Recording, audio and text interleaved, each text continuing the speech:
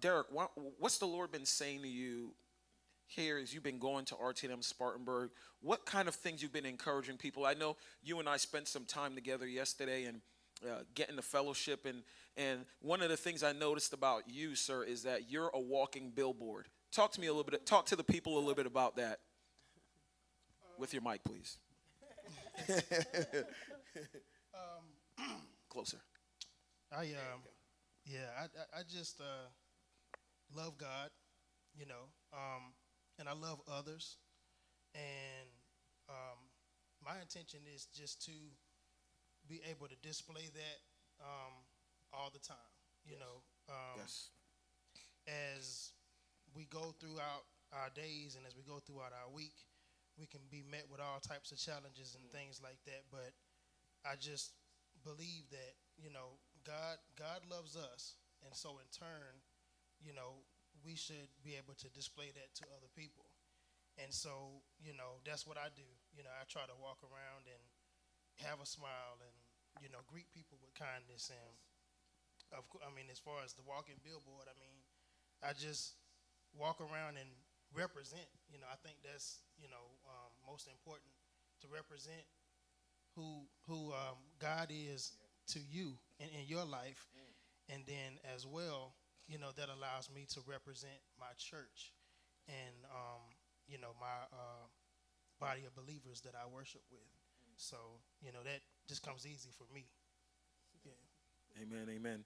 And Lorena, you've been here at Rockin' the Nations for a couple years now, and you know, one of the things that we've noticed is just the tremendous growth. Not, I don't want to use the word maturity, just growth, because it's obvious that as we all grow, like I have young kids, you have a young man as a son. Pastor Bart, who was worship with us, has adult children, but Megan and I have young children, so we understand the developmental stages currently. You guys are walking in the manifestation of your kids being at a grown state. But I just love the growth that we've seen in you over the life here at RTNM. Can you speak to that a little bit, please? I think the growth came when I felt loved. Wow, wow. A lot of times when we're in churches, we just kind of blend in with the other people. And it's when we experience that true love, because we love our children. That's how our children grow and develop. Wow, that's great. So once I got plugged into a place that I felt truly loved and cared for, then I was allowed to grow. Wow, wow. And you also have had the unique ability to be the walking billboard, not necessarily just for RTNM, the church here, but just for Christ, the thing that he says. Can you talk a little bit about your, should I say, boldness, or just your willingness? Where did that come from, if without putting you on the spot? Well, I've never been bold before. Okay, until now. Until now. That just came with the development. Just the hearing the voice of God. Yeah. And knowing the voice of God had always been there. I just hadn't been sensitive to it. Wow. And so once my heart opened up to love people, then I could be loved, and then I could love others. And so that's where the boldness came. And I think when you truly love somebody, you say those hard things to them. Ooh. Your kids. You're stepping on my toes now. You love your kids, but you have to discipline them sometimes. And so we as a society don't like that, but it takes boldness in order for people to, that's when people know you truly love them. Wow. Because our kids, like I said, they need discipline at times. They long for that, and we long for that as adults. Yeah.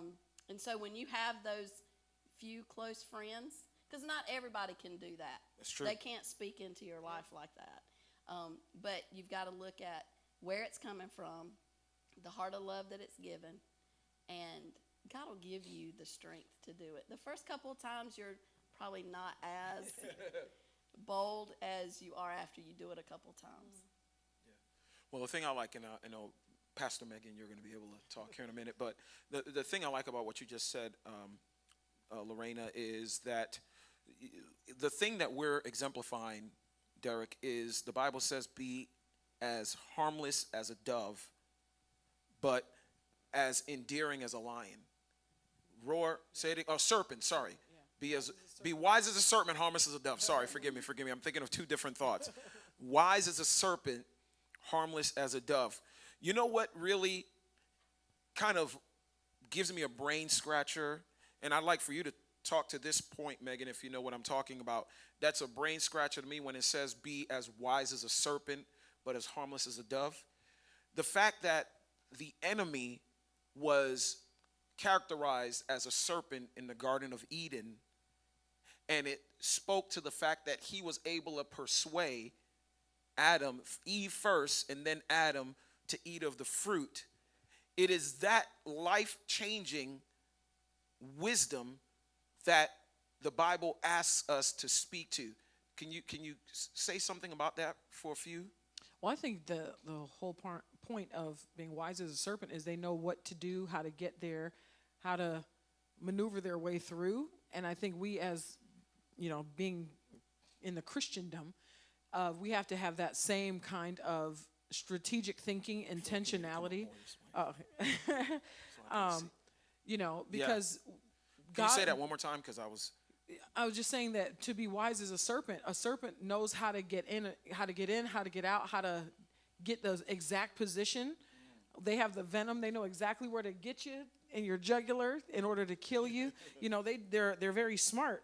So it's like we have to be wise with the things of God, of how to know how the enemy is trying to attack us, how we need to do something, because God is an intentional God. God is a strategic God. God didn't just put us here and just there we are. God has a reason for why you're here, Lorraine. He has a reason for why you're here, Derek. He has a reason for why we're here, why he's placed us all here, why he's placed this ministry here, why he's done the things that he's done. So when we understand using wisdom, and all you're getting, get understanding, get wisdom, that's going to unlock so much for you, because it's not just random randomalities. I'm going to make up my own word here.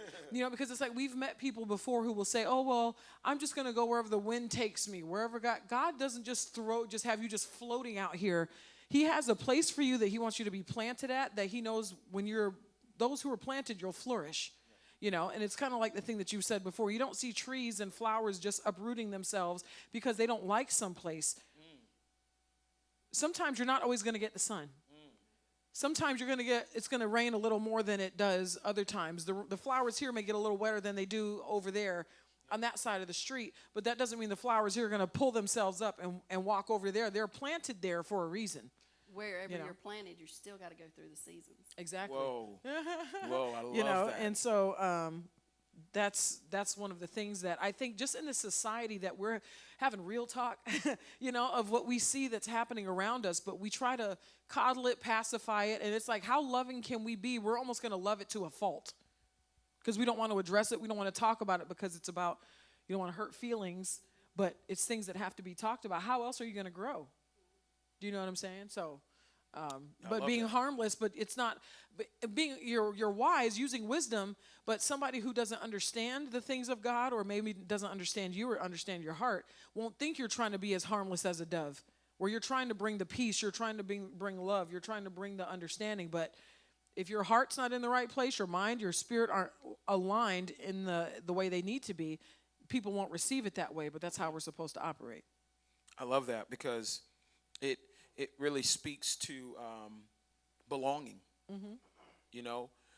We flourished because we felt a sense of belonging. Mm-hmm. The relationships that the panel, have had up here over the years, it's a belonging. It's that belonging that Derek can call me and say, "Hey, Pastor, I'm going to the movies tomorrow. You want to come with me?" Or Lorena would call Megan and say, "Hey, Megan, I'm going to the mall. For me? Would you? What was that? Lord. Yeah, would you come with me? Yeah. And I think what happens, and Megan and I can speak to this, that oftentimes people look at the pastors and think they're the ones that always have to reach out. I'm stepping on toes now, Yeah. that I'm the one that has to always be thinking of people as this ministry grows. You know, we have upwards of 70 people at some points that calls Rocking the Nations their home. It's impossible, Derek, for me to take everybody to the movies, to call everybody every day and just make sure they're doing fine. Hey, did you get your tea the right way when you were home today? Right. You know, was the roads okay at work today? And I do all that. Megan does all that, and we forsake our family, my kids. I have young kids that need my attention. But what I love about the two of you that are up here representing our paneling right now is that you guys have reached out to us to see how we're doing. Can we go somewhere with you? You've shown that you want to be around us. And so there's no special secret to that. Right. Well, I think one of the things that even some of the ladies here have found it strange. I know we talked about it, of where I'm like, I want to know where you are. I want to know what's happening with you. Like, are you okay? Why didn't you make it to church today? Like, was it snowing? Did you get a flat tire? Like, what's happening to you? That's something, it's about accountability, which I think is very important, and not just in church, but in life, in marriage, at work, at wherever you are, to have that accountability. And where people will be like, well, that's strange. Why do you need to know where I'm at? Because I want to be able to pray for you if something's happening to you. Like, I want to know if there's some way I can help you or whatever. But it's like, once you said that clicked with you, it was like, I get it, because she actually cares about me. You know, there's a lot of people and a lot of leaders and all kind of, you know, managers or whatever. It's like, well, it can come off disingenuous, or they may not care. But it's like, I care. There are still people out there that care. Maybe I can't call you every day. You know, that's one thing people will say. Well, you know, Megan doesn't call. I just don't call. But I'll text you. I'll text you. I'll try to. But it's about that relationship and that connection, that where our phones can be a hindrance or it can be a blessing. You know.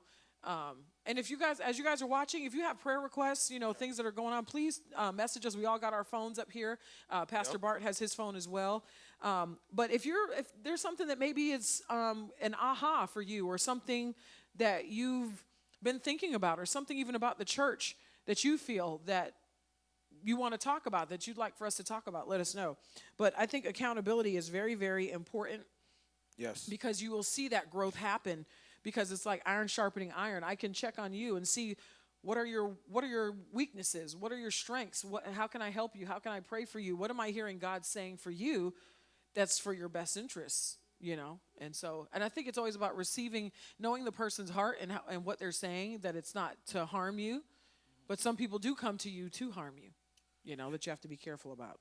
I want to start asking a few questions, and I want to start with Derek, because, you know, you and I have spent some time together. What is it, would you say, about yourself? Because getting to know you over the last couple of years, one of the things I've noticed about you is that there is you operate in the discipline of maturity. The discipline of maturity, and what that means to me, before you speak to it, is that Derek is the same. You may not see Derek doing jumping jacks. You may not see him doing backflips. You know, he may not be the one telling jokes, but you're consistent. You're dependable. You can be dependable. You have the gift of all of the abilities. You know, dependability, flexibility. Give me some more of them. Abilities, accountability. He's got singability. Singability, that's right. So here's what I want you to do for me. If you would be so kind at some point, I want you to look at camera 2, which is the one to the far left, and I want you to speak to something in you that has allowed you to operate in a level of maturity and consistency that maybe someone that is struggling with that. And my prayer, Derek, is that because there is no freedom if we don't realize that we may be operating in an area of like wishy-washiness, or I don't know if shadiness is the right word I'm looking for, but maybe just the lack of accountability, or you know, the person that knows that they need to kind of get these areas right. I want you to maybe speak to them for just a few moments, sir. With your mic, please. Thank you. We got it. I think when it comes to just maturity and being accountable, I guess a lot of it is just based upon how you're raised, what you're taught. Personally, I mean, I can speak to that because I was raised by a school teacher. So, I mean, I guess a lot of my discipline comes from that.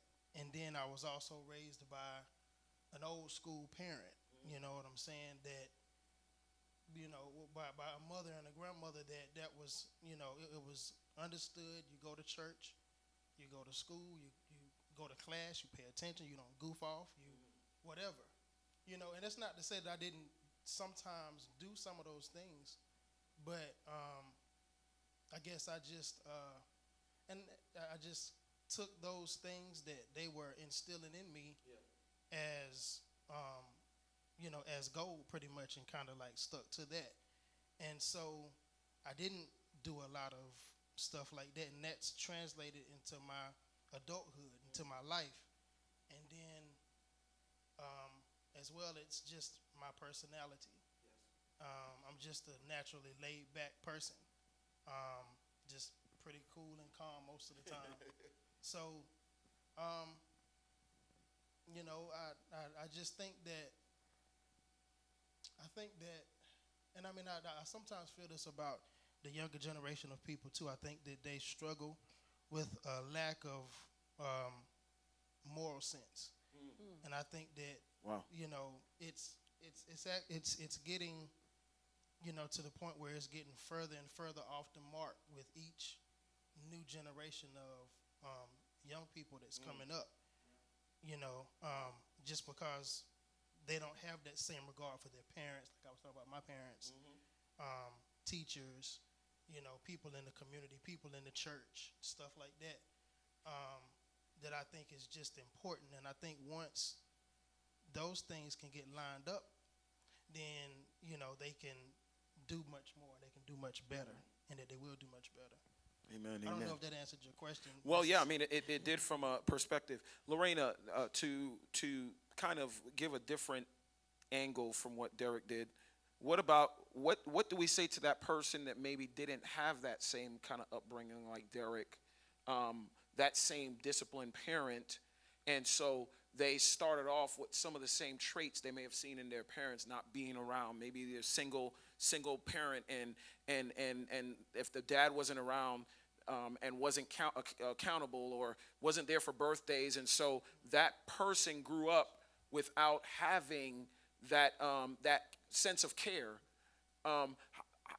What would be encouraging words you would say to that person that wants to be a committed person, wants to be a reliable person, wants to be that person that where they're like some of our parents, and we talked about this, Derek, where my mom and dad used to say, let your yes be yes and your no be no's. Well, if we didn't grow up that way, then we have to plug into people around us that were raised that way.